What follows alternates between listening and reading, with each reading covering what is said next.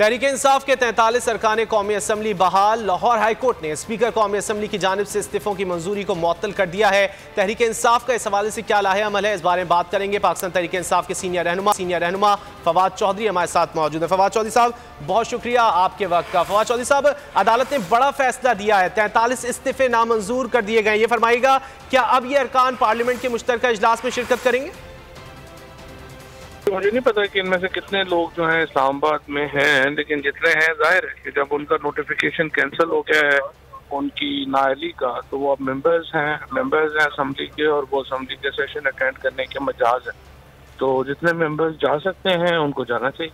जी बिल्कुल, leader of the opposition के लिए नाम जो है वो दे देंगे, और इसलिए मैंने ये कहा है कि जो स्पीकर है उसका ये फर्ज है हर काम के लिए अदालतों में जाने पे मजबूर ना करे।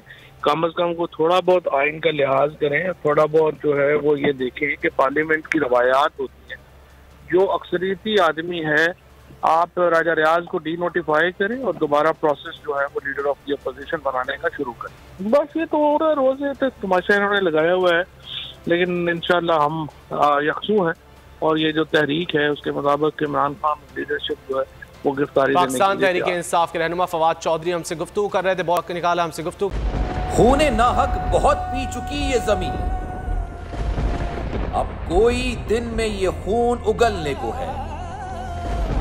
खत्म हो जाएगी ये तमाशागरी, वक्त पलटेगा रोजे जजा की तरह। ये जो पेशावर में ताजा लहू है बहा, एक क़यामत करेगा फलक पर बपा। गम की सलमनाक घड़ी में बोल सानह पेशावर में शहीद होने वालों के लवाहिकीन के साथ।